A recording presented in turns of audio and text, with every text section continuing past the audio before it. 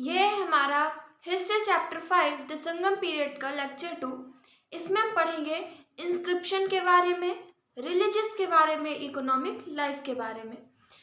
ठीक है, सबसे पहले देखते हैं इंस्क्रिप्शन। इंस्क्रिप्शन मतलब उस टाइम पे स्टोन में या फिर किसी प्लेट में, किसी भी मेटल में क्या लिखा गया था, जो कार्विंग की गई थी, लिखावट की गई थी, वो कैसे की गई थी और कौन कौन सी हैं, ये हम देखते हैं। सबसे पहले देखते हैं इंस्क्रिप्शन। इंस्क्रिप्शन में बहुत सी चीजें लिखते थे, जैसे उस टाइम का जो भी नेचर था, ठीक है, सोसाइटी थी, कौन लोग आए वहाँ पर वॉर किए, ये सब चीज़ें की बहुत सी कुछ छोटी छोटी चीज़ें हैं। किंग का नेचर कैसा था, किंग कैसे थे, ये सब के बारे में वहाँ पर लिखा गया है। ठीक है, पहले देखते हैं लिथिक इंस्क्रिप्शन। दो टाइप्स के इंस्क्रिप्शन होते हैं, एक लिथिक इंस्क्रिप्शन होता है और एक कॉपर प्लेट इंस्क्रिप्शन। ठीक है, लिथिक इंस्क्रिप्शन क्या है? Carved on temple walls and stones. जो इंस्क्रिप्शन लिखते थे किसमें? टेम्पल की वॉल में या फिर किसी बिग स्टोन में कार्विंग करके। कार्विंग करने का मतलब जैसे ये स्टोन है, ठीक है, ये टेम्पल की वॉल है, इसमें कोई भी चीज अगर लिखना है, ठीक है, अगर स्टोन इसमें लिखना है तो क्या करेंगे, उस पत्थर में इतनी कटाई कर देंगे, उसकी जितना स्टोन है, ये वहां पर जितना लेटर वहां पर लिखेंगे उसको कटाई कर देंगे, वहां पर काट करके उसको लिखते हैं। ठीक है, कोई पेन से या मार्कर या किसी चौक से ऐसा नहीं है, इस टाइप से नहीं लिखे हैं, ये किससे लिखे हुए हैं? कार्विंग करके। ठीक है, इसी तरह टेम्पल की वॉल्स में भी लिखते थे। ये जितने इंस्क्रिप्शन है टेम्पल की वॉल्स में लिखना या स्टोन में लिखना कार्विंग करके, उसे लिथिक इंस्क्रिप्शन कहते हैं। ये संगम पीरियड में, संगम एज में ये सब थी। ठीक है, लिथिक इंस्क्रिप्शन। नेक्स्ट क्या है? कॉपर प्लेट में। कॉपर प्लेट में जो इंस्क्रिप्शन लिखते थे, inscribed on sheet of copper plate.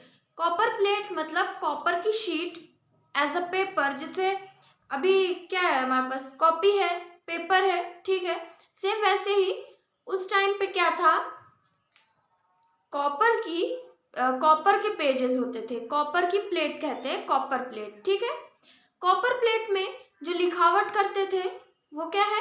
Copper plate inscription. समझ में आ गया? ठीक है, नेक्स्ट देखते हैं Halmidi inscription, oldest inscription in Kannada language. Kannada language की सबसे पुरानी जो इंस्क्रिप्शन है वो कौन सी है? हालमिडी इंस्क्रिप्शन। कौन सी? हालमिडी इंस्क्रिप्शन। ये इंस्क्रिप्शन कन्नड़ लैंग्वेज की सबसे ओल्डेस्ट इंस्क्रिप्शन है और इसके ये जो इंस्क्रिप्शन है ये किसमें कार्व की गई है? सैंडस्टोन पिलर में। ठीक है, एक सैंडस्टोन का पिलर है। सैंडस्टोन क्या है? पत्थर है, जैसे मार्बल है, स्लेट है, ऐसे होते हैं, सेम वैसे ही सैंडस्टोन है। और सैंडस्टोन का एक पिलर काफी बड़ा सा है, उसमें कार्विंग करके 16 लाइंस लिखी गई है। कितनी? 16 लाइंस कार्विंग की गई है। और किस में? 450 CE में। किस ईयर में? 450 CE में। समझ में आ रहा है? नेक्स्ट देखते हैं top part design in form of wheel, Sudarshan चक्र। ये जो हालमिडी इंस्क्रिप्शन है, सैंडस्टोन पिलर में जो इंस्क्रिप्शन लिखी गई है, ये पिलर है, ठीक है, ये पिलर है, तो ये पिलर का जो टॉप पार्ट है, टॉप पार्ट जो 16 लाइंस लिखे हुए हैं, 16 लाइंस के ऊपर जो टॉप पार्ट है उसमें क्या? एक चक्र बना हुआ है। ठीक है, एक व्हील बना हुआ है। और ये व्हील क्या है? जो विष्णु भगवान, लॉर्ड विष्णु जो अपने हैंड में, फिंगर में चक्र लिए रहते हैं, सुदर्शन चक्र जिसे कहते हैं, ठीक है, उसी को इसमें पिलर में, सैंडस्टोन पिलर में उसको डिजाइन किया गया है। समझ में आ रहा है? इंस्क्रिप्शन टू टाइप्स के इंस्क्रिप्शन होते हैं, एक लिथिक इंस्क्रिप्शन और एक copper plate inscription.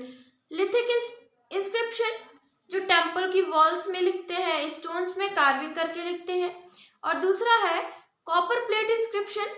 Copper plate inscription मतलब जो भी लिखावट की गई है वो किस में की गई है, कॉपर की प्लेट में, कॉपर शीट में, ठीक है। हालवेली इंस्क्रिप्शन सबसे ओल्डेस्ट इंस्क्रिप्शन है किस लैंग्वेज की, कन्नड़ लैंग्वेज की, और इसमें 16 लाइन्स लिखी गई है सैंडस्टोन पिलर की, किस ईयर में, 450 CE में। और इसके टॉप में भी 16 लाइन्स लिखी हुई है। इसके टॉप में एक व्हील की तरह उसमें डिजाइन किया गया है, कार्विंग की गई है, क्या है, उसे सुदर्शन चक्र कहते हैं। इतना समझ में आया। अब हम देखते हैं नेक्स्ट टॉपिक। नेक्स्ट टॉपिक है lithic inscription at Thanjavur temple. Lithic inscription क्या था, जो स्टोन और टेम्पल्स की वॉल्स में लिखते हैं, ठीक है। तो एक एग्जांपल है कि लिथिक इंस्क्रिप्शन लिखी गई थी, ये इंस्क्रिप्शन कहाँ पर है, ये थंजावर टेम्पल में, थंजावर टेम्पल, ठीक है। ये याद रखिएगा, थंजावर टेम्पल की जो लिथिक इंस्क्रिप्शन है इसे किसने बिल्ड की थी, राजा राजा चोला ने। इनका नाम है राजा राजा चोला, ठीक है। नेक्स्ट है मैग्निफिसेंट एडिफाइस विद मैजेस्टिक विमान, स्क्रिप्चर्स, आर्किटेक्चर्स एंड फ्रेस्कोज। ये टेम्पल जो है काफ़ी ज़्यादा शानदार थी, काफ़ी ज़्यादा भव्य थी, कहें तो बहुत बड़ी थी, बहुत ही ज़्यादा अच्छी थी। इसमें बहुत से आर्किटेक्चर किए गए थे, मतलब बहुत सी मूर्तियाँ बनाई गई थी, बहुत से स्टोन्स की मूर्तियाँ थी और मेटल्स की मूर्तियाँ थी, और फ्रेस्कोज हम बुद्धिज्म और जैनिज्म में पढ़ चुके हैं, लास्ट टॉपिक था। फ्रेस्को क्या है, फ्रेस्को जो मतलब जो वेट वॉल रहती है, वॉल है, उसमें जब प्लास्टर किए, ठीक है, प्लास्टर करने के बाद तुरंत से उसमें एक वाटर कलर से पेंटिंग कर दिए। वाटर कलर पेंट करने होने के बाद फिर वो जब ड्राई होता है तो उसका कलर जो है बहुत ही ज़्यादा अच्छा रहता है, मतलब बहुत अच्छा दिखाई देता है। वही क्या है, फ्रेस्कोज है, ये पेंटिंग। और देखने में कैसा लगता है, ऐसा लगता है कि ये जो पेंटिंग की गई है वो एकदम न्यू पेंटिंग है, ठीक है, बहुत ताजी पेंटिंग है। तो ये सब है। और क्या है, सुपर कॉलीग्राफी। कॉलीग्राफी क्या है, उसमें जो इंस्क्रिप्शन लिखे गए हैं, जिसमें कार्विंग की गई है, वो भी क्या है, बहुत ही अच्छे से कार्विंग की गई है, लिखावट जो उसमें की गई है उस टेम्पल में, उन वॉल्स में, बहुत ही अच्छी है। और क्या है, डेली रिचुअल्स परफॉर्म्ड। और इस टेम्पल में डेली रिचुअल्स परफॉर्म्ड होते हैं, जो भी रीति रिवाज होते हैं, कोई भी फंक्शन है, ये सब वहाँ परफॉर्म होते हैं। और क्या, मतलब जो भी वीक में या मंथली, एनुअली जो फेस्टिवल आते हैं, वो सब फेस्टिवल सेलिब्रेट करते हैं इस टेम्पल में। यहाँ तक समझ में आया। नेक्स्ट है 66 ब्यूटीफुल ब्रॉन्ज आइडल्स, राजा राजा चोला कुंडलवी। मतलब जब बहुत से जब रिचुअल्स परफॉर्म होते हैं, ठीक है, तो वहाँ के जो लोग हैं, बहुत उस टाइम पे भी जब टेम्पल बनी तो बहुत से लोग ने दान किया, एक तरह से वहाँ पे बहुत सी ज्वेलरी चढ़ाई, ज्वेलरी रखे वहाँ पर, बहुत से मेटल्स दिए, बहुत सी कार्विंग की, ये सब किए। अब उस टेम्पल में क्या है, 66 ब्रॉन्ज की आइडल्स हैं, ब्रॉन्ज मेटल जो है उसकी आइडल्स हैं, मतलब मूर्तियां हैं। जैसे राजा राजा चोला ये बिल्ट की थी, तो इसकी राजा राजा चोला जो है किंग है, इनकी भी वहाँ पर मूर्ति बना कर रखे हुए हैं इस टेम्पल में, थंजावर टेम्पल में, ब्रॉन्ज की। और कुंडलवी और इनके जो मतलब जो फैमिली थी उनकी आइडल्स भी वहाँ पर बना के रखे हैं टेम्पल में। ये सब किसकी हैं, ब्रॉन्ज की है। कितनी ब्रॉन्ज आइडल्स हैं, 66। Use gold, diamonds, emerald, sapphires, rubies, corals, pearls for decorating. मतलब जो आइडल्स हैं उन्हें डेकोरेट करने के लिए जो ज्वेलरी है, ठीक है, ज्वेलरी की तरह जो उन्हें डेकोरेट करना है वो गोल्ड का यूज़ कर रहे हैं, डायमंड्स का यूज़ कर रहे हैं, एमरल्ड्स, मतलब ये जो मूंगा कहते हैं, पन्ना, ठीक है, मोतियाँ, ये सब को यूज़ करके उनकी ज्वेलरी बना रहे हैं। और जो वियर करती हैं बैंगल्स वगैरह, उसको भी लैक्वर की बनाई हुई है। लैक्वर क्या है? जिस चीज़ से, जिस मेटल से वो बनती है, चूड़ियाँ बनती हैं, बैंगल्स बनते हैं, लाख जिसे कहते हैं, वो उसी चीज़ से उनकी जो बैंगल्स हैं वो बनाए गए हैं। और क्या है, जो भी सोल्जर्स थे, जो आर्मी थे, ठीक है, कुछ आर्मियों की भी इसमें आइडल्स बनी है, कुछ सोल्जर्स की बनी है, जो भी वो हथियार रखते थे, ठीक है, जो भी वो वेपन्स रखते थे, वो सब भी आइडल्स में बने हुए हैं। ठीक है, यहाँ तक समझ में आ रहा है? क्या है लिथिक इंस्क्रिप्शन? थंजावुर टेम्पल है। थंजावुर टेम्पल जो है वो पूरा लिथिक इंस्क्रिप्शन है, उसमें कार्विंग से लिखी गई है। और इसको बिल्ड किसने की है? राजा चोला ने। और इसमें 66 आइडल्स हैं, ब्रॉन्ज की हैं, और बहुत ही अच्छे से उसे डेकोरेट किया गया है। जो आइडल्स हैं, मूर्तियां हैं, उन्हें डेकोरेट किया गया है डायमंड यूज़ करके, गोल्ड को, पियर्ल्स, बीड्स, ये सब बहुत सी चीज़ें यूज़ करके ब्रॉन्ज आइडल्स को सजाया गया है, डेकोरेट किया गया है। और ये जो टेम्पल है बहुत ही अच्छी टेम्पल है, बहुत ही बड़ी है, बहुत भव्य है, बहुत शानदार है। ठीक है, और इसमें क्या है, बहुत से फ्रेस्कोस भी हैं, मतलब पेंटिंग बहुत अच्छी है, आर्किटेक्चर्स, स्क्रिप्चर्स, जितना भी मतलब लिखावट है, कार्विंग की गई है, मूर्तियाँ बनाई गई हैं, पेंटिंग की गई है, सब बहुत ही अच्छी है। और कॉलीग्राफी बहुत अच्छी है, जो राइटिंग उसमें की गई है। ठीक है, ये समझ में आया। अब हम देख लेते हैं कॉपर प्लेट इंस्क्रिप्शन के बारे में। नेक्स्ट है copper plate inscription. Copper plate inscription के बारे में है। कॉपर प्लेट इंस्क्रिप्शन क्या थी? जो कॉपर की शीट में लिखते थे, जो इंस्क्राइब्ड करते थे, किसमें? कॉपर की शीट में। देखते हैं, Tamil copper plate inscription are mostly records of grants of village और प्लॉट्स।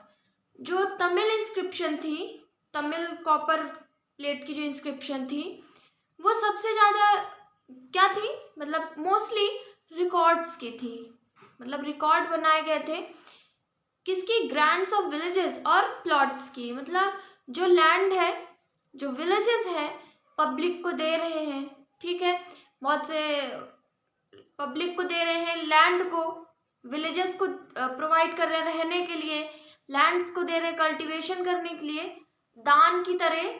ठीक है, जो किंग है वो दान की तरह विलेजेस को दे रहे हैं पब्लिक के रहने के लिए। और क्या दे रहे हैं? प्लॉट्स दे रहे हैं, कल्टीवेटेड लैंड दे रहे हैं जिससे वो कल्टीवेशन कर सके, एग्रीकल्चर कर सके। ठीक है, उस चीज़ का पूरा रिकॉर्ड जो है वो किस में था? कॉपर प्लेट में, कॉपर शीट में। ठीक है, ये रिकॉर्ड्स उसमें थे। और ये जो ग्रांट्स है विलेजेस का, प्लॉट्स का, ये सब जो दान वगैरह था, वो सबसे ज़्यादा किस एज में हुआ है? 10th सेंचुरी CE से 19th सेंचुरी CE के। ठीक है, 10th सेंचुरी CE से 19th सेंचुरी CE में जितने भी ग्रांट्स हुए हैं, जो भी किंग्स करते थे, उनके बारे में तमिल इंस्क्रिप्शन में लिखा गया है। समझ में आ रहा है? Large number of belongs to Chalukyas, Cholas and Vijayanagar kings. जो ज़्यादातर जो रिकॉर्ड्स हैं वो किस टाइम के हैं? जब चालुक्यास, चोलास और विजयनगर किंग्स जो हैं ये वहाँ पर रूल करते थे। ठीक है, ये किससे बिलोंग कर, जो भी इंस्क्रिप्शन लिखे गए हैं कॉपर शीट में, वो सबसे ज़्यादा किनके हैं? चालुक्यास, चोलास एंड विजयनगर किंग्स के, जिन्होंने बहुत से ग्रांट्स किए हैं। उनके बारे में इस कॉपर प्लेट इंस्क्रिप्शन में लिखा गया है, तमिल इंस्क्रिप्शन में, मीन्स तमिल लैंग्वेज में। These are valuable. ये जितने भी इंस्क्रिप्शन हैं तमिल में बहुत ही ज़्यादा वैल्यूएबल है। इससे क्या पता चल रहा है कि उस टाइम पे जब ये सारे किंग्स थे, चालुक्यास, चोलास, ठीक है, विजयनगर, तो ये सब जो रूल कर रहे थे उस पीरियड में सोसाइटी कैसी थी, इकोनॉमिक लाइफ कैसी थी, मतलब कैसे किंग पब्लिक के साथ बिहेव करते थे, कैसे हेल्प करते थे, ये सब चीज़ों के बारे में पता चल रहा है। ठीक है, ये टॉपिक क्लियर हुआ। अब हम नेक्स्ट देखते हैं। नेक्स्ट है inscription as a source of history. मतलब इंस्क्रिप्शन को अगर हम देखें हिस्ट्री के सोर्स में, कि हमें हिस्ट्री के बारे में, तमिलनाडु की हिस्ट्री के बारे में क्या पता चल रहा है, साउथ इंडिया की हिस्ट्री के बारे में क्या पता चल रहा है, तो ये देखते हैं। Some are contemporaneous events they speak and their information connected to a time and place। मतलब बहुत से इंस्क्रिप्शन, कुछ इंस्क्रिप्शन ऐसी होती थी जो कंटेम्पोरेनियस होती थी। कंटेम्पोरेनियस मतलब जो तुरंत वहाँ पर उस इंस्क्रिप्शन को लिखी जाती थी। ठीक है, क्या चीज़ है, जब कोई मीटिंग हुई, ठीक है, कोई मीटिंग हुई वहाँ पर किंग्स की, बहुत से जो भी लोग के साथ मीटिंग होती थी, उसमें जो स्पीक करते थे, जो भी इंफॉर्मेशन वो लोग बोलते थे, ठीक है, किसी भी चीज़ के बारे में वो जो लोग बोलते थे उसके बारे में उस इंस्क्रिप्शन में तुरंत लिखी जाती थी। वो इंस्क्रिप्शन को लिखने से टाइम और प्लेस के बारे में पता चल रहा है। मतलब फिर समझिए, जो कंटेम्पोरेनियस लिखते थे, तुरंत जो तत्कालीन जो लिखते थे उस टाइम पे इंस्क्रिप्शन, वो क्या थी, जब मीटिंग हुई, असेंबली हुई, उसमें जो बोली जा रही है, जो स्पीक कर रहे हैं, उसके वही इंफॉर्मेशन को लिख देते थे। ठीक है, अब उस इंफॉर्मेशन को और प्लेस में पहुंचने के लिए उस इंस्क्रिप्शन को लिख देते थे, जिससे ये इंफॉर्मेशन और भी कई प्लेसेस में टाइम टू टाइम ये पहुंचती रहे। ठीक है, समझ में आ रहा है। नेक्स्ट है political structure, revenue system. Next point क्या है कि जो भी इंस्क्रिप्शन लिखे गए थे उससे हमें क्या पता चल रहा है कि साउथ इंडिया में जो भी किंग रूल करते थे उनका पॉलिटिक्स कैसी थी। ठीक है, उस टाइम पीरियड में पॉलिटिक्स कैसी थी, रेवेन्यू सिस्टम कैसा था, एडमिनिस्ट्रेटिव कैसी थी, मतलब वहाँ पर रूल कैसे करते थे, ये सब चीज़ के बारे में। रेवेन्यू सिस्टम मतलब टैक्सेस कैसे लेते थे, कितना लेते थे, ये सब के बारे में इंफॉर्मेशन मिलती है। नेक्स्ट है agrarian relation, labour and caste system. Agrarian relation मतलब एग्रीकल्चर कैसे करते थे। ठीक है, जो एग्रीकल्चर कर रहे हैं उनसे बहुत से क्रॉप्स हैं, ग्रेन्स जो हैं, ग्रेन्स उसको किंग्स लेते थे, कितना लेते थे, ठीक है, एज अ टैक्स। कैसे हेल्प करते थे कि जो भी लैंड है, कल्टिवेटेड लैंड, वहाँ तक वाटर जा सके। जो लेबर है, लेबर की पोजीशन कैसी थी, क्या वर्क करते थे। नेक्स्ट है कास्ट सिस्टम। कास्ट सिस्टम में इंस्क्रिप्शन में इंफॉर्मेशन मिली है कास्ट सिस्टम के बारे में कि वहाँ का कास्ट सिस्टम कैसा था, कैसे लोग मतलब अपर कास्ट, लोअर कास्ट ऐसे बिहेव करते थे। ठीक है, उन सब चीज़ के बारे में भी इंफॉर्मेशन मिली। नेक्स्ट है कुडुमियामलई। कुडुमियामलई क्या है, ये एक इंस्क्रिप्शन है, कुडुमियामलई इंस्क्रिप्शन है। इसमें ये इंस्क्रिप्शन कैसी है, ये म्यूजिकल नोट्स है। म्यूजिकल नोट्स मतलब ये कुडुमियामलई इंस्क्रिप्शन जो है इसमें म्यूजिक के बारे में इसमें लिखा गया है, और इसी से क्या मिला है, 7 राग्स। राग्स क्या है, 7 सुर, जिसे कहते हैं 7 सुर कहते हैं ना। नॉर्मली सा रे गा मा, ये वाले जो सुर हैं ये सब कहाँ से लिए गए हैं, इस इंस्क्रिप्शन में मिली है। ठीक है, ये क्या है, कुडुमियामलई म्यूजिकल नोट्स है। ये इंस्क्रिप्शन म्यूजिकल नोट्स है, इसमें म्यूजिक के बारे में पूरा इंस्क्राइब्ड है, लिखा गया है, और इसमें इस नोट्स में 7 राग्स का यूज हुआ है। समझ में आ गया। नेक्स्ट है Tamil Nadu inscription refers kinds of dances. ये जो है कुडुमियामले, इसमें म्यूजिक के बारे में लिखा गया है। तमिलनाडु इंस्क्रिप्शन जो है उसमें जितने भी डांसेस थे, कई तरह के डांसेस थे, डिफरेंट काइंड्स के थे, तो उन सब डांसेस के परफॉर्मेंस के बारे में, उन डांसेस के बारे में तमिलनाडु इंस्क्रिप्शन में लिखा गया है। नेक्स्ट है लोकल असेंबलीज सच एज और ऑर्डिनरी विलेज। मतलब ये जो इंस्क्रिप्शन लिखी गई है उससे इंफॉर्मेशन मिली है कि जो लोकल असेंबलीज होती थी, मतलब लोकल प्लेस में जो मीटिंग होती थी, जो भी असेंबलीज होती थी, वो ऑर्डिनरी विलेज मतलब ऑर्डिनरी विलेज में जो असेंबलीज होती थी, ऑर्डिनरी विलेज क्या है, मतलब लोकल विलेज जो है, ठीक है, एकदम नॉर्मल विलेज जो रहता है, उस असेंबली को क्या कहते थे, उर। क्या? उर क्या है? जो असेंबली ऑर्डिनरी विलेज में होती थी उसे उर के नाम से जानते थे। नेक्स्ट है सभा। सभा क्या है? जो ब्राह्मण विलेज था, जो ब्राह्मण विलेज था, वहां पर जो असेंबलीज होती थी, मीटिंग्स होती थी, उन्हें सभा कहते थे। ठीक है, जो असेंबली हो रही है, ब्राह्मण विलेज मतलब जो विलेजेस हैं, ब्राह्मण के लोग हैं। क्या पढ़े थे कि जो ब्राह्मण थे वो माइग्रेट किए हैं, साउथ इंडिया में आए हैं, बुद्धिस्ट लोग भी आए हैं। तो जो ब्राह्मण विलेज था, जो ब्राह्मण लोग थे, उनकी जो असेंबली होती थी, मीटिंग्स होती थी, उसे किस नाम से जानते थे? सभा के नाम से। नेक्स्ट है नागरम। नागरम क्या है? नागरम जो टाउन होता है, ठीक है, जो टाउन मतलब एक शहर की तरह जो है, उसमें जो असेंबलीज होती थी, मीटिंग होती थी, उसे नागरम कहते हैं। नेक्स्ट है लोकल यूनिट नाउ। नाउ एक लोकल यूनिट की हो, तो जो लोकल यूनिट है वो क्या, उसे क्या कहते थे? नायू। ठीक है, समझ में आ रहा है? उस टाइम की जो लोकल यूनिट थी वो क्या थी? नायू। इतना क्लियर हुआ? हम नेक्स्ट टॉपिक देखते हैं। नेक्स्ट टॉपिक क्या है? मेगालिथ्स। मेगालिथ्स मतलब क्या है?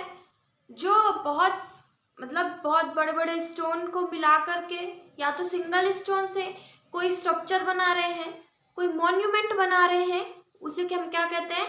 मेगालिथ्स।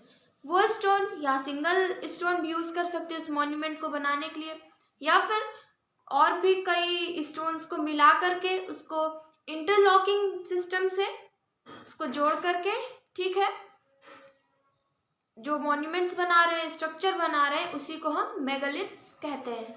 समझ में आया? देखते हैं। Large stone used to construct structure और monument either alone or together. जो लार्ज स्टोन है उसे यूज कर रहे हैं क्या कंस्ट्रक्ट करने के लिए, मतलब क्या बनाने के लिए? कोई स्ट्रक्चर बनाने के लिए या फिर मॉन्यूमेंट, ठीक है, उस चीज को बनाने के लिए, या फिर सिंगल स्टोन यूज करके, लार्ज स्टोन यूज करके बना रहे, या फिर कई स्टोन को इंटरलॉकिंग सिस्टम से बना करके उसे मॉन्यूमेंट्स बना रहे, उसी को मेगालिथ्स कहते हैं।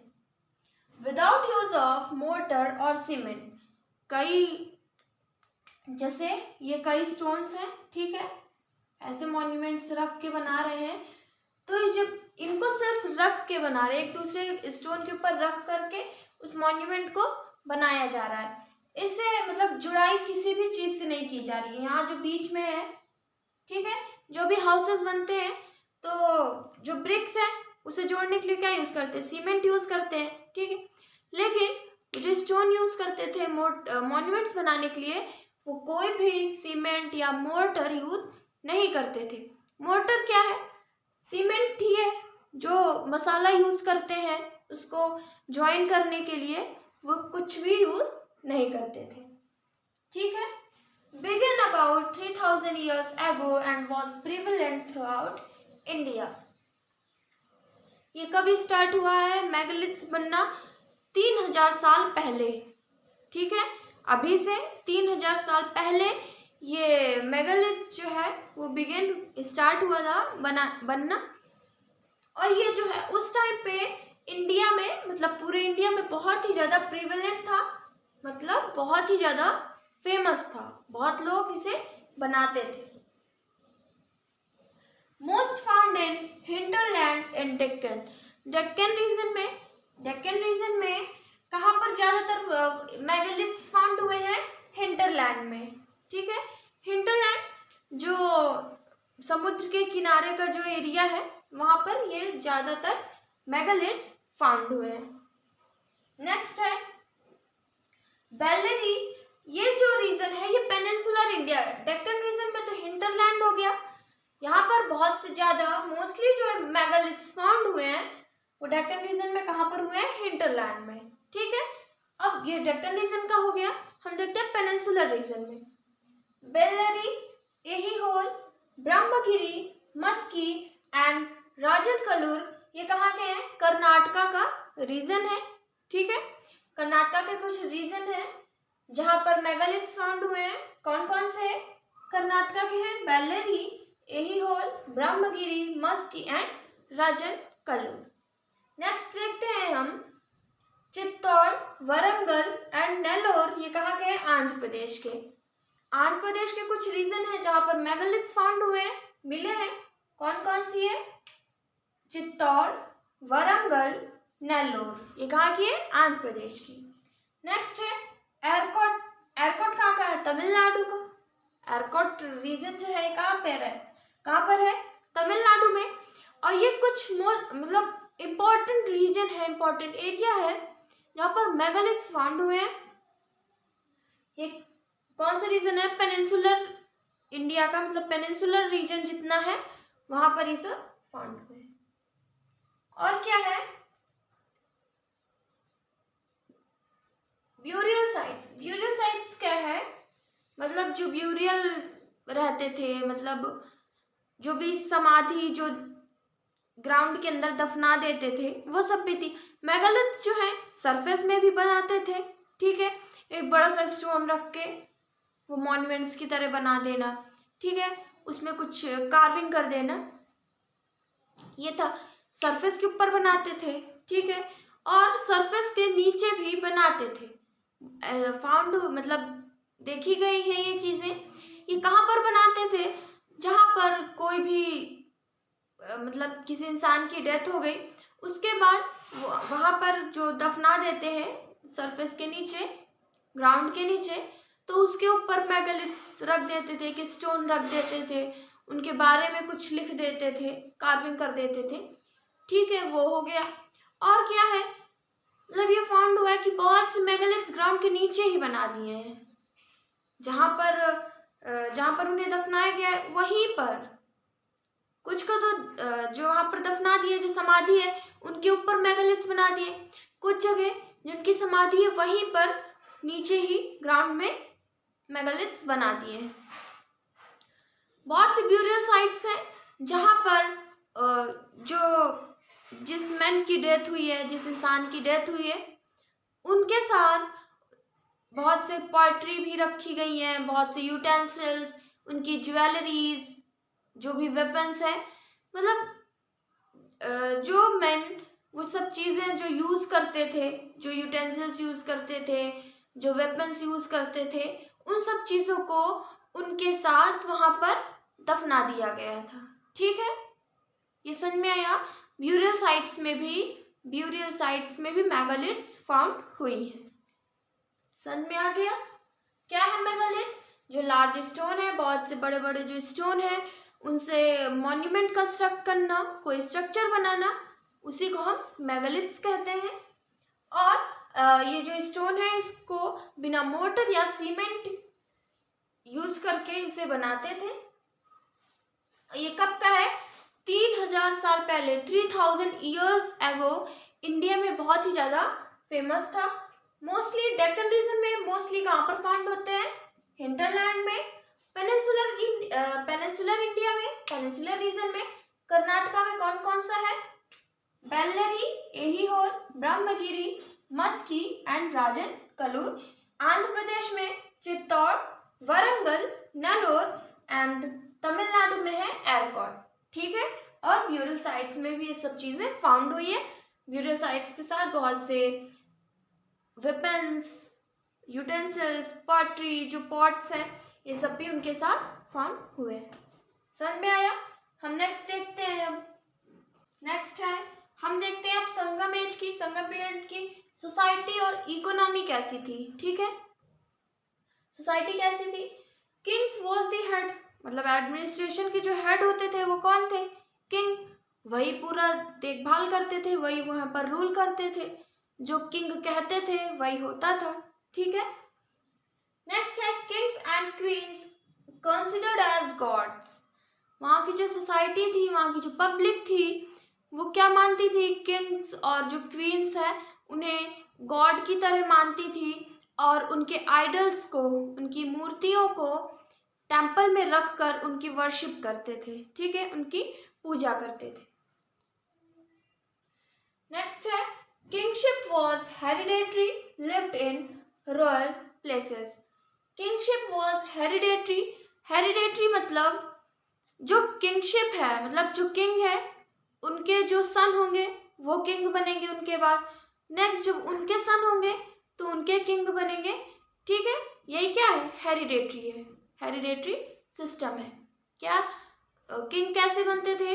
कोई एक किंग बन गया है, ठीक है, अब उनके जो सन होंगे वो किंग बनेंगे उनके बाद। नेक्स्ट उनके सन बनेंगे, नेक्स्ट उनके सन बनेंगे। तो यही क्या है? हेरिडेटरी सिस्टम है। किंगशिप ऐसे ही थी। Lived in royal places.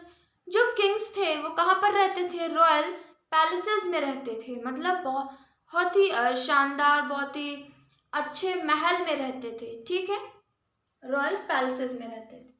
Next है चोला किंग्स एम्बलम टाइगर। और वो जो किंग रहते थे वो अपना सिंबल, अपने मतलब उनका सिंबल, उस किंग का उनके वर्क के बेसिस पे, उनके अचीवमेंट के बेसिस में उनका सिंबल बनाते थे। जैसे चोला किंग है तो उनका एम्बलम जो है, सिंबल जो है, वो किससे रिप्रेजेंट होता था? टाइगर से। ठीक है, चोला किंग जो थे उनका जो एम्बलम था, जो सिंबल था, वो क्या था? टाइगर। नेक्स्ट है एम्पायर्स डिवाइड्स इनटू प्रोविंसेस। जो एम्पायर्स होते हैं, मतलब बहुत सा बड़ा रीजन है जहाँ पर किंग रूल कर रहे हैं, तो उसको बहुत से प्रोविंसेस में डिवाइड कर दी। प्रोविंसेस मतलब एरिया में। ठीक है, कुछ एरिया में उन्हें पार्ट्स में, कई पार्ट्स में डिवाइड कर दिए है। जैसे एम्पायर्स जो है मतलब बहुत बड़ा एरिया है तो उसको किस में डिवाइड कर दिए? मंडलम्स में। उसको कई पार्ट्स में डिवाइड किए, उसे मंडलम्स कहते हैं। ठीक है, समझ में आ रहा है? और जो किंग होते थे, वो जो उनके किंग्स के रिलेटिव्स होते थे उन्हीं को वॉइस रॉय बनाते थे। वॉइस रॉय क्या है? राज्यपाल जिसे कहते हैं। ठीक है, एज अ गवर्नर बनाते थे वॉइस रॉय। कौन बनाता था? किंग, और जो उनके रिलेटिव्स होते थे उन्हीं को बनाते थे। वॉइसरॉय जो है वो पूरी देखभाल, जो भी किंग कहते थे उन्हें ऑर्डर करते थे, वो वॉइसरॉय पब्लिक तक वो इंफॉर्मेशन पहुंचाते थे, वो वर्क करवाते थे। ये सब वॉइसरॉय का काम था। समझ में आ रहा है? नेक्स्ट है एम्पायर्स को डिवाइड किए कई पार्ट्स में, उसे कहते हैं मंडलम्स। मंडलम्स को डिवाइड किए किसमें? कोटम्स और वॉलंडर्स में। वॉलनटस या फिर कोटम्स में उन्हें डिवाइड, मतलब मंडलम्स को कुछ पार्ट्स में डिवाइड किए, उसे क्या कहते हैं? कोटम्स और वॉलंडस। कोटम को डिवाइड किए किसमें? नड्डू में। ठीक है, नड्डू में। और नड्डू को किस में डिवाइड किए? उर्स में। उर्स मतलब विलेजेस में। ठीक है, बहुत बड़ा सा एक एम्पायर है। जैसे ये एक रीजन है, इसको डिवाइड कर दिए। ठीक है, ये जो डिवाइड कर दिए, ये जो बड़ा बड़ा एरिया है, ये जो दो, एक ये एरिया, एक ये रीजन, ये इसे क्या कहते हैं? मंडलम्स कहते हैं। मंडलम्स। अब इन मंडलम्स को भी किस में डिवाइड कर दिए? कोटम्स में। ये लीजिए, कोटम्स में डिवाइड हो गया। कोटम्स क्या क्या हो गया, ये रीजन क्या हो गया, कोटम्स हो गया। कोटम्स को भी किस में डिवाइड कर दिए, नडु में। अब ये कोटम्स का भी डिवाइड कर दिया कई पार्ट्स में, ये तो सिर्फ समझाने के लिए मैं 2 पार्ट्स कर रही हूँ, कई पार्ट्स में डिवाइड करते थे। अब नडु, ये कोटम्स है, ठीक है। अब ये 2 नडु हो गए, ये क्या हो गया, इधर लिखते हैं, ये नडु हो गया। अब ये नडु हो गया। अब नडु को भी कई पार्ट्स में डिवाइड कर दिए, किसमें, उर्स में। उर्स मतलब विलेजेस में। समझ में आ गया।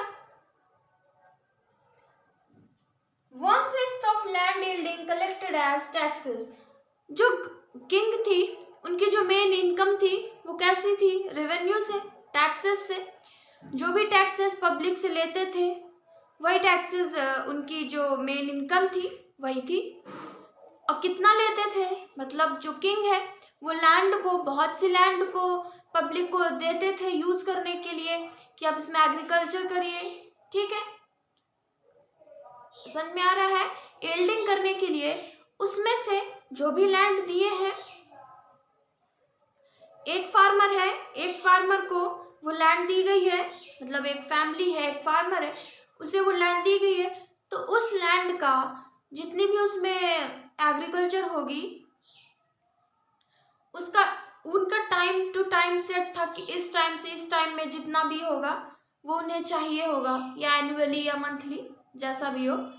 तो 1/6 पार्ट यील्डिंग का एग्रीकल्चर जो करते थे, उसका 1/6 पार्ट वो एज अ टैक्स लेते थे, किससे, वो फार्मर से, पब्लिक से, ठीक है। 1/6 of local land, 1/6 of land yielding collected as taxes. जो भी उस लैंड में जो भी पैदावार होती थी, जो भी क्रॉप्स होते थे, ग्रेन्स होते थे, या जो भी फ्रूट्स, वेजिटेबल्स, जो भी चीज उस लैंड में होती थी, उसका 1/6 पार्ट जो है वो कौन लेता था, किंग, एज अ टैक्स। समझ में आ गया। सोसाइटी और इकोनॉमी के हम और नेक्स्ट पॉइंट्स देखते हैं। नेक्स्ट पॉइंट देखते हैं, टैक्सेस के, टैक्सेस से क्या मतलब, एग्रीकल्चर जो करते थे, यील्डिंग करते थे, उसका 1/6 पार्ट टैक्स लेते थे। ये तो एग्रीकल्चर का हो गया। और भी बहुत से टैक्स लेते थे, जैसे माइनिंग हो रही है, जो भी माइनिंग, अब टैक्स किस फॉर्म में लेते थे, या तो कैश के फॉर्म में, मनी के फॉर्म में लेते थे, कैश के फॉर्म में, या फिर टैक्स लेते थे कि जो भी सामान है, जो भी वो एग्रीकल्चर कर रहे हो या फिर कोई प्रोफेशनल वर्क कर रहे हो, तो वो चीज़ उन्हें चाहिए होता था, ठीक है, एज अ टैक्स वो लेते थे। माइनिंग हो रही है, अब कोई वहाँ पर माइनिंग कर रहा है, खुदाई कर रहा है, किसी मेटल को या किसी भी चीज़ को वहाँ से निकाल रहा है, वो भी लेते थे, उससे भी टैक्सेस लेते थे। पोर्ट्स है, ठीक है, पोर्ट्स है जहाँ से शिप आना जाना होता है, वहाँ से भी टैक्सेस ले रहे हैं। फॉरेस्ट है, वो भी टैक्स ले रहे हैं। सॉल्ट पैन्स है, फॉरेस्ट क्या है, मतलब जो भी लोग फॉरेस्ट से जा करके मतलब वुड को लेते थे, ठीक है। फॉरेस्ट से बहुत से प्लांट्स हैं, बहुत से ट्रीज हैं, जिनसे उन्हें बहुत सी चीज़ें मिलती थी, वो सब चीज़ों से भी टैक्स लेते थे। और सॉल्ट पैन्स मतलब जो सॉल्ट, मतलब समुद्र के किनारे जो सॉल्ट रहता है ना, जहाँ पर सॉल्ट बनता है, वहाँ से भी टैक्स लेते थे। और हाउस टैक्स लेते थे, जो लोग वहाँ पर रह रहे हैं, हाउस का टैक्स। प्रोफेशनल टैक्स, कोई भी प्रोफेशन वर्क कर रहा है, कोई भी मैन वर्क कर रहा है किसी भी चीज़, जैसे कोई मैन पॉटरी मेकिंग है, पॉटरी मेकर है, ज्वेलरी में ऑर्नामेंट्स बना रहा है, या फिर कोई यूटेंसिल्स बना रहा है, कोई ऑर्नामेंट, वो क्या बोलते हैं, कोई चैरियट वगैरह बना रहा है, तो वो सब चीज़ों का भी टैक्स लेते थे, ठीक है। कारपेंट्री कर रहा है, उसका भी टैक्स, सब तरह के और भी बहुत से टैक्सेस वो लेते थे। इन बिगनिंग नॉट अबाउट वैदिक कास्ट सिस्टम। संगम एज के बिगनिंग में, संगम एज जब स्टार्ट हुआ, तब स्टार्टिंग में वैदिक सिस्टम, कास्ट सिस्टम के बारे में कोई भी इंफॉर्मेशन नहीं थी उनके पास। वैदिक कास्ट सिस्टम ब्राह्मण, क्षत्रिय, शूद्र, ठीक है, ब्राह्मण, क्षत्रिय, वैश्य एंड शूद्र, ये 4 कास्ट सिस्टम में डिवाइड था। तो इस चीज के बारे में इन्हें स्टार्टिंग में इंफॉर्मेशन नहीं थी।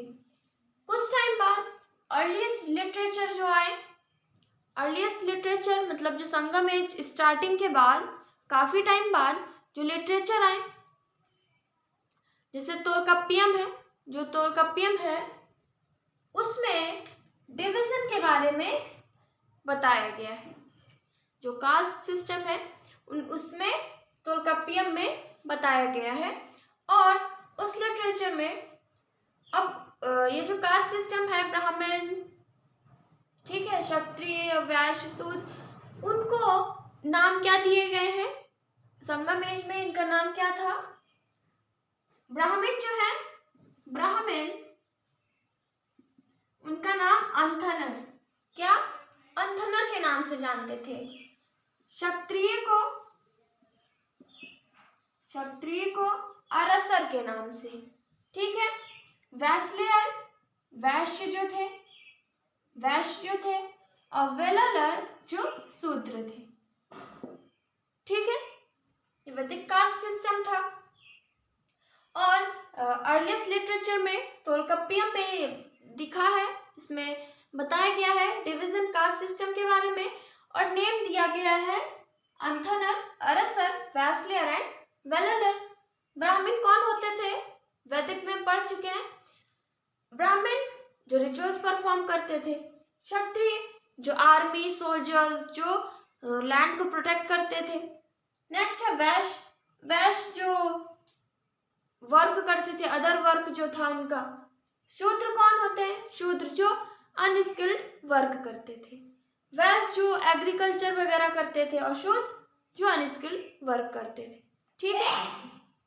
नेक्स्ट है rice staple food. Rice staple food मतलब जो स्टेपल फूड था, जो मेन फूड था उनका, वो क्या था? राइस था, ठीक है। संगम एज में जो उनका मेन फूड था, स्टेपल फूड, वो क्या था? राइस था। Rich had there feast every day while poor टूक सिंपल फूड। अब रिच लोग जो थे वो एवरीडे फीस्ट रखते थे। अब रिच लोग कौन थे? किंग्स है, किंग्स के रिलेटिव्स है, ठीक है। और जो गवर्नर है, वहाँ के ऑफिशियल्स, वर्कर जो है, वो सब क्या है? रिच ही है। अब ये जो रिच लोग हैं वो फीस्ट, एवरीडे फीस्ट रखते थे। फीस्ट मतलब दावत रखते थे। दावत में बहुत से पकवान बनाते थे, बहुत से अलग अलग तरह के फूड आइटम्स बनाते थे, ठीक है। और जो पुअर थे वो नॉर्मली उनका फूड था, मतलब बहुत ज़्यादा हाई फाई वाले फूड्स नहीं थे, ऑर्डिनरी फूड्स जो थे, सिंपल फूड, उसी को ईट करते थे। अब पहनावे में देख लेते हैं कि जो कपड़े कैसे वियर करते थे।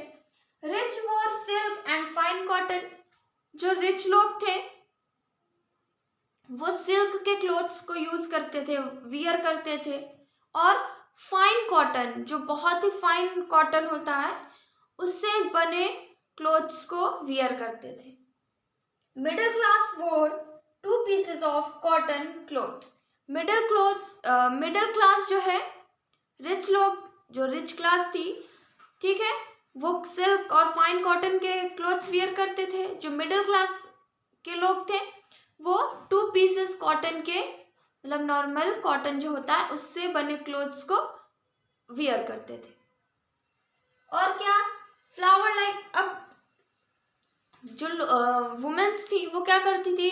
अपनी प्लेट्स को, मतलब अपने बाल को, अपनी चोटियाँ को, बंस जो बनाती थी, ठीक है, उन सब चीज़ को डेकोरेट करती थी फ्लावर से। जैसे फ्लावर में जैसे जैस्मिन है, तो जैस्मिन को यूज़ करती थी अपनी प्लेट्स में, अपने हेयर्स में, ठीक है, उन्हें डेकोरेट करने के लिए। Used perfumes of sandals and flowers. Both man and women use करती थी क्या? परफ्यूम्स। परफ्यूम किससे बना होता था? सैंडल्स से और फ्लावर से। सैंडल्स क्या है? चंदन, चंदन से, और फ्लावर से कई तरह के, बहुत अलग अलग तरह के फ्लावर्स होते हैं, उनसे परफ्यूम बना होता था और उसे मेन और वुमेन दोनों यूज करते थे, ठीक है, समझ में आया। और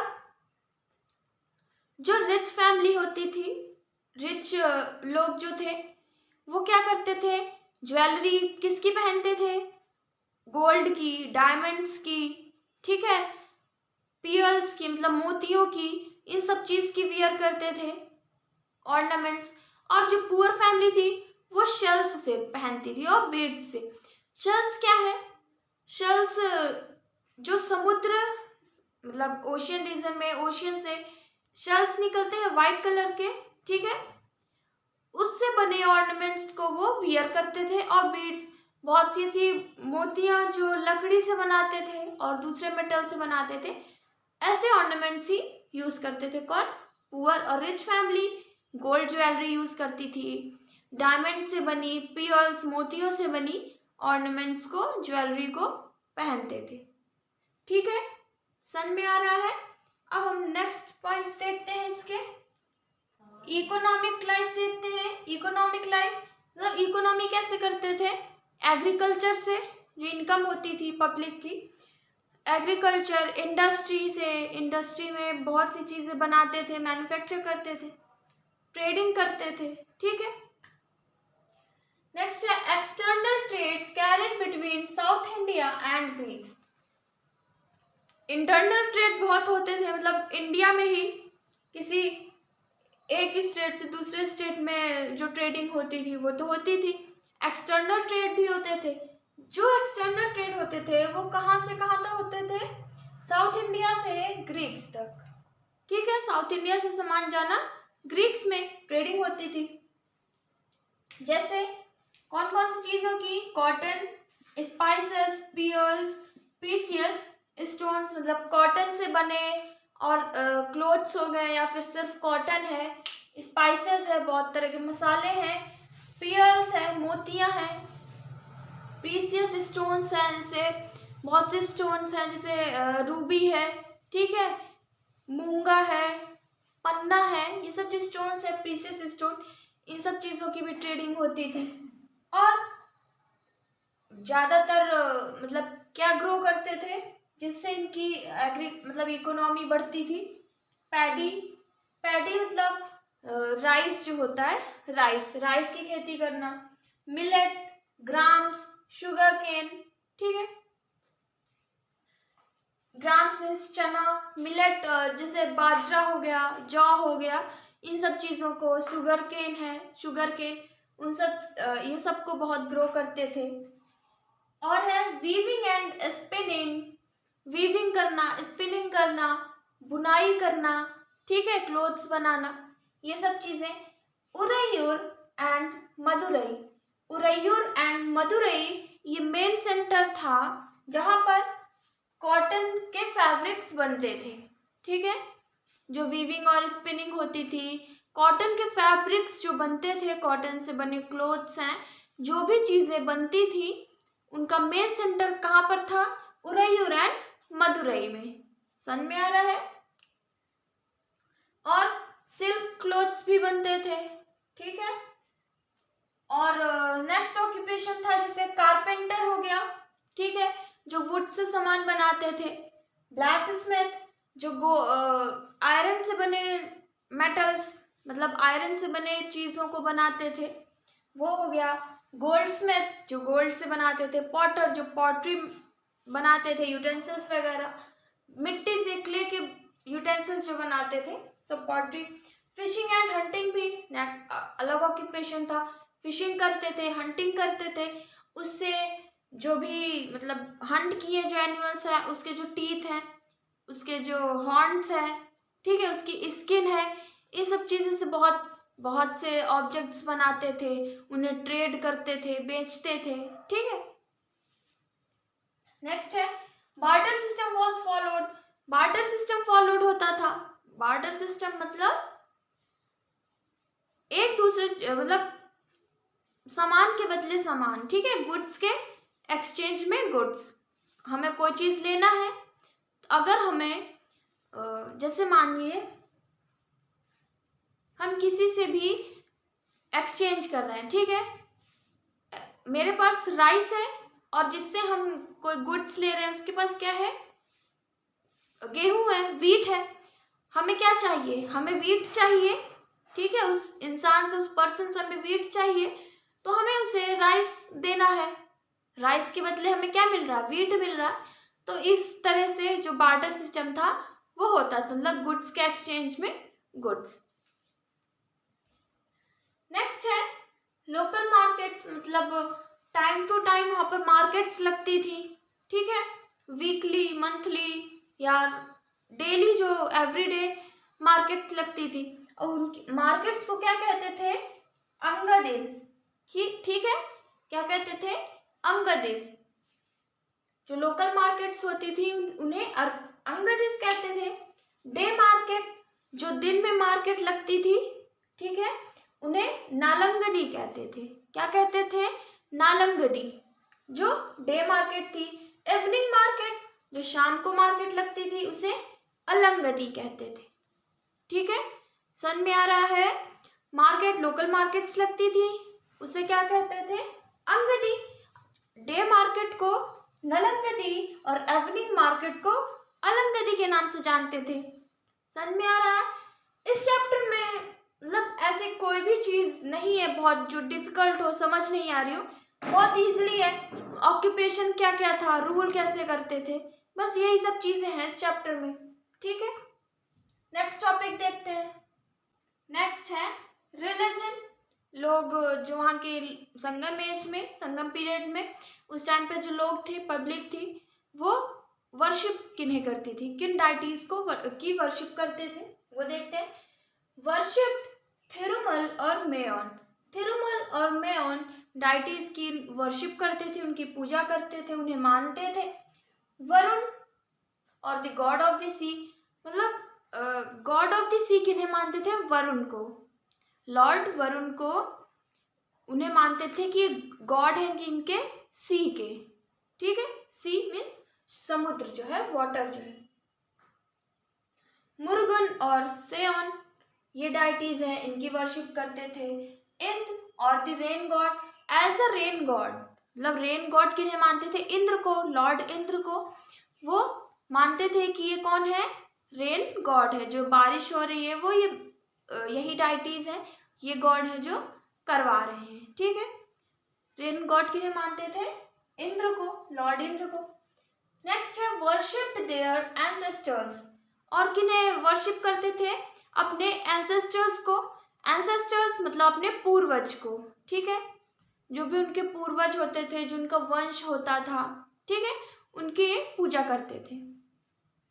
मतलब जैसे हम लोग हैं, मतलब जो उस टाइम पे जो लोग थे, उनके जो काफ़ी, मतलब ग्रैंडफादर के फादर, उनके ग्रैंडफादर जो बहुत अच्छे काम किए थे, बहुत अच्छे वर्क किए थे, या जो उनके ग्रैंडफादर हैं जो बहुत अच्छे थे, ठीक है, तो उन सब की लोग वर्शिप करते थे, उनकी आइडल्स बना करके, एज अ, मतलब कोई स्टोन रख के ऐसे मन से, ठीक है, तो उनकी वर्शिप करते थे।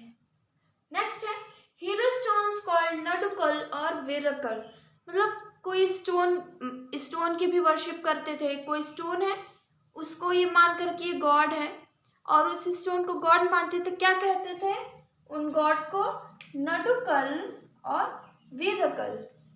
मतलब जो स्टोन होता था जिनकी वर्शिप करते थे, उसे क्या कहते थे, नडुकल और विरकल, लॉर्ड नडुकल और विरकल।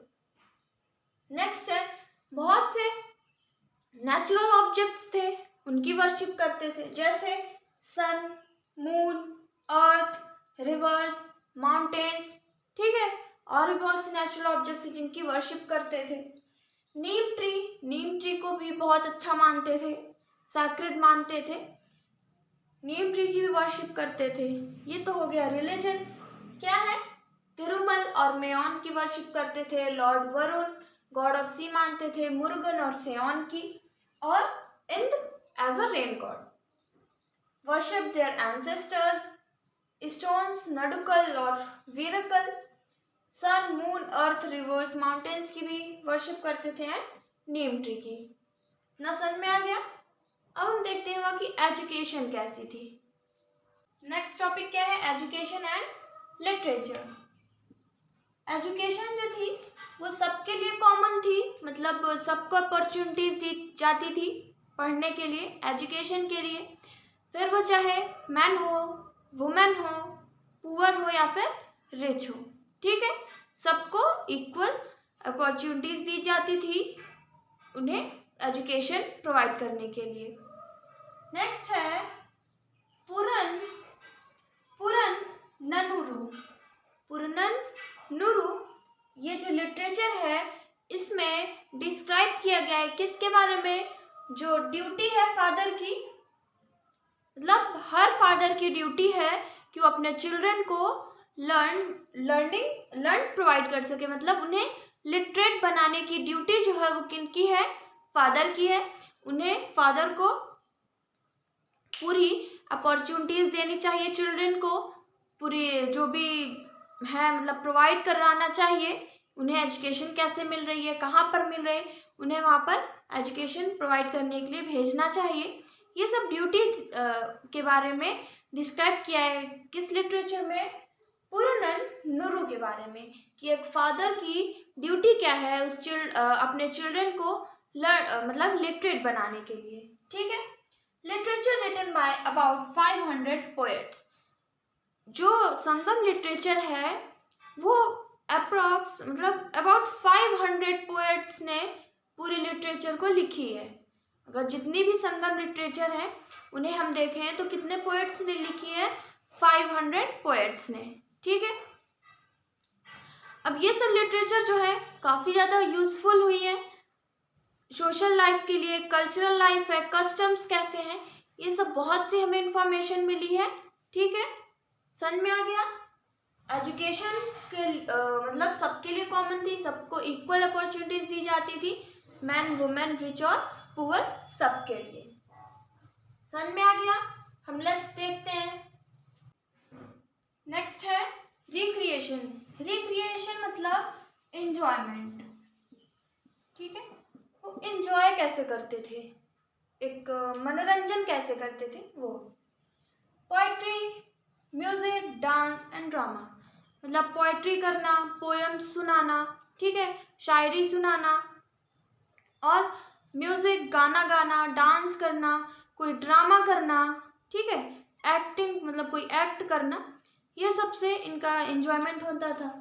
और लिबरल डोनेशन, लिबरल डोनेशन मतलब डोनेशन करना, ठीक है, जो रूलर्स होते थे या फिर जो और नोबल्स थे, जो बड़े लोग हैं, वो हेल्प करते थे किसी भी मैन की, कोई पुअर है उसकी हेल्प करना, उन्हें कोई डोनेशन किसी चीज़ के लिए मतलब, ठीक है, ऐसे हेल्प करना, किसी भी चीज़ के लिए डोनेशन इकट्ठा करना, ठीक है, ये सब होता था। और है rendering beautiful versus. Rendering beautiful versus मतलब बहुत से लोग इकट्ठा होकर के एक दूसरे से पोएम्स सुनाना, एक दूसरे को, किंग्स के साथ भी ऐसा करते थे, ठीक, जो मतलब बहुत अच्छी पोएम सुनाते थे, वो इकट्ठा होते थे, काफ़ी लोग इकट्ठा होकर के, किंग्स भी उनमें शामिल होते थे और फिर पोएम्स एक दूसरे को पोएम सुनाते थे। नेक्स्ट है हंटिंग। हंटिंग करना ये भी एक एंजॉयमेंट था। Women and girls made own games to play, मतलब जो वुमेन होती थी या गर्ल चाइल्ड जो थी वो क्या, वो अपना घर में ही गेम्स, कोई अपना ओन खुद से कोई गेम बना करके उसी को प्ले करते थे। जो यंग मैन होते थे, यंग मैन ऐसे कोई भी वर्क करते थे जिससे एंजॉयमेंट हो, जो थोड़ा पावरफुल एनर्जेटिक वर्क जो होता था उससे वो जैसे हंटिंग वगैरह करना, ये सब यंग मैन ही कर सकते हैं जो एनर्जेटिक हो, ठीक है। और जो ओल्ड मैन होते थे वो इंडोर गेम्स खेलते थे, जैसे डाइस है, ये सब से ही रिक्रिएशन उनका होता था। नेक्स्ट है म्यूजिकल टोन। देखते हैं पनर्स और बार्ड्स एक्सपर्ट इन म्यूजिक। इस पॉइंट से पहले हम ये पॉइंट देखते हैं कि पनर्स और बार्ड्स एक्सपर्ट इन म्यूजिक। जो म्यूजिक में एक्सपर्ट थे, जो गाना गाने में बहुत एक्सपर्ट थे, उन्हें क्या कहते हैं, पनर्स और बार्ड्स कहते थे। ठीक है, संगम एज में जो म्यूजिक में बहुत एक्सपर्ट थे उन्हें क्या कहते थे? पनर्स और बार्ड्स। ठीक है, और ये जो पनर्स और बार्ड्स हैं ये किंग्स के पास भी और जो चीफ लोग थे उनके पास भी जाते थे, अपना म्यूजिक सुनाते थे, और भी ऐसे लोकल प्लेसेस में भी प्लेस टू प्लेस मूव करते थे और अपने म्यूजिक को सुनाते थे। उनसे भी पब्लिक का भी एंजॉयमेंट होता था, और जो बार्ड्स हैं उन लोग का भी एंजॉयमेंट होता था। नेक्स्ट है म्यूजिकल टोन जो थी उस टाइम पे संगम एज में जो म्यूजिकल टोन थी उसे किस नाम से जानते थे? पन्न के नाम से। किस नाम से? पन्न के नाम से। बहुत से म्यूजिक इंस्ट्रूमेंट्स थे जैसे ड्रम्स, फ्लूट, ल्यूट्स। ठीक है, ड्रम्स, फ्लूट और ल्यूट्स जिन्हें वीणा कहते हैं, वीणा। ठीक है, वो सब था। बहुत से इंस्ट्रूमेंट थे जो यूज करते थे म्यूजिक के लिए। तमिल डेवलप्ड म्यूजिकल नोट्स और स्वरम्स। तमिल ने म्यूजिकल नोट्स को और भी काफ़ी ज़्यादा डेवलप किया। मतलब जो पहले म्यूजिकल नोट्स बनी थी उसमें उतनी इन्फॉर्मेशन नहीं रही होगी। ठीक है, तो तमिल ने और ज़्यादा उसे डेवलप कर दिया और उसे क्या कहते हैं? जो म्यूजिकल नोट्स थी उसे स्वरम्स कहते हैं। समझ में आ गया? यहाँ से हमारा chapter 5 the Sangam age complete हुआ। अब हम नेक्स्ट लेक्चर में नेक्स्ट चैप्टर पढ़ेंगे age of Guptas. Thank you for watching this lecture.